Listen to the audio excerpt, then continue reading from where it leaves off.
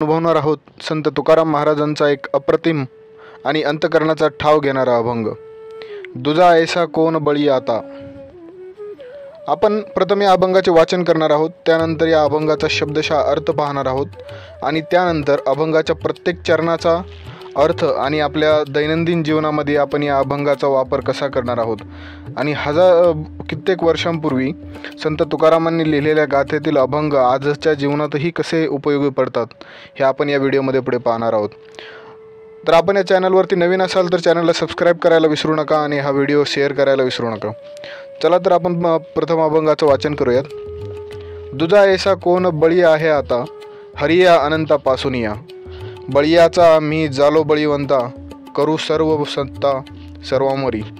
तुका म्हणे आम्ही जीवाच्या उदारा, झालो प्रतिकारा गोविंदासी। चला तर आपण या अभंगाचा शब्दशः अर्थ पाहणार आहोत। दुजा ऐसा कोण बळी आहे आता, म्हणजेच आता दुसरा असा कोण आहे जो खऱ्या अर्थाने बलाढ्य किंवा आधार देणारा ठरेल। हरिया अनंता पासूनिया, जो हरी अनंत शक्तीचा स्रोत आहे, त्याच्याशिवाय दुसरा कोणी नाही। बळीयाचा आम्ही झालो बळीवंता, म्हणजेच मी त्या बलशाली समर्थ गोविंदाच्या आश्रयाला गेलो आहे आणि त्यामुळेच मी बळीवंत झालो आहे। करूया सर्व सत्ता सर्वांवरी, त्याच्या सामर्थ्याने मी सर्व संकटावर मात करू शकतो। तुका म्हणे आम्ही जीवाच्या उदारा, म्हणजेच तुकाराम महाराज म्हणतात मी मनापासून जीवाच्या खोल गुहेतून झालो प्रतिकारा गोविंदासी, गोविंदासी प्रेमबंधनात अडकलेलो आहे। आपण शब्दशः अर्थ पाहिलेला आहे। चला तर आपण अभंगाच्या प्रत्येक चरणाचा अर्थ पाहणार आहोत। तर मित्रांनो, आपण किती वेळा आयुष्यात असं म्हणतो की हे कोणीच समजत नाही, कोणावर विश्वास ठेवा। संत तुकाराम महाराज आपल्याला सांगतात अशा वेळी एकच आश्रय असतो, तो म्हणजे हरी। जेव्हा आपण खूप संकटात असतो किंवा आपल्याला समजत नाही की कोणावर विश्वास आपण ठेवला पाहिजे, तेव्हा महाराज म्हणतात की फक्त एका देवावर विश्वास आपण ठेवला पाहिजे, विठुरायावर आपण विश्वास ठेवलेला पाहिजे। हरी म्हणजे केवळ पंढरीचा विठुराया नाही, तर हरी म्हणजे आपल्या अंतर्यामी असलेली ती दिव्य ऊर्जा जी संकटात आधार देते, अंधारात प्रकाश देते आणि अपयशात धीर देते। समजा एक विद्यार्थी मेहनत करून सुद्धा वारंवार अपयशी होतो, मित्र नाहीत, घरच्यांना समजावताच येत नाही, तो गोंधळलेला असतो। त्यावेळी त्याचं मन सांगतं दुजा ऐसा कोण बळी आहे आता, कोणाला सांगावं, कोण समजून घेईल। तेव्हा आपण विठोबाशी बोलतो, म्हणतो हे विठ्ठला, आता फक्त तुझाच आधार आहे। यात श्रद्धा आहे, पण त्याच वेळी जबरदस्त आत्मविश्वासही आहे। हरिया अनंता पासूनिया।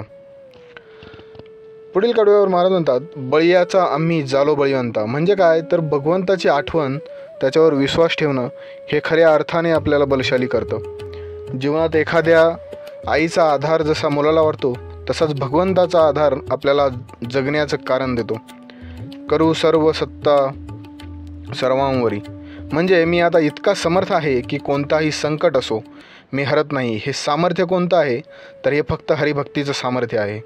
मी कुठल्याही संकट आलं तरी त्याला धैर्यानं सामोरं जातो आणि त्या संकटावर मात करून उभा राहतो।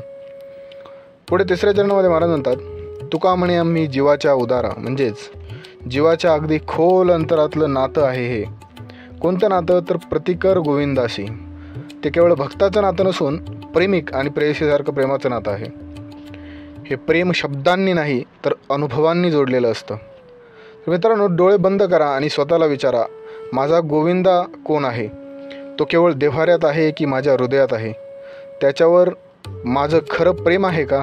जर हो असं उत्तर मिळालं तर समजून घ्या आपण संतांच्या पावलावर चालत आहोत। आजचं हे चिंतन आपण आपल्यासाठी ठेवा। संकट येतील, लोक सोडून जातील, पण देव कायम आपल्या शेजारी असेल, म्हणूनच तोची माझा सखा पांडुरंग।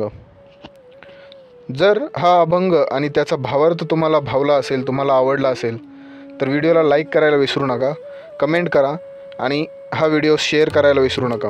आणि चॅनलवर नवीन असाल तर चॅनलला सबस्क्राईब करायला विसरू नका।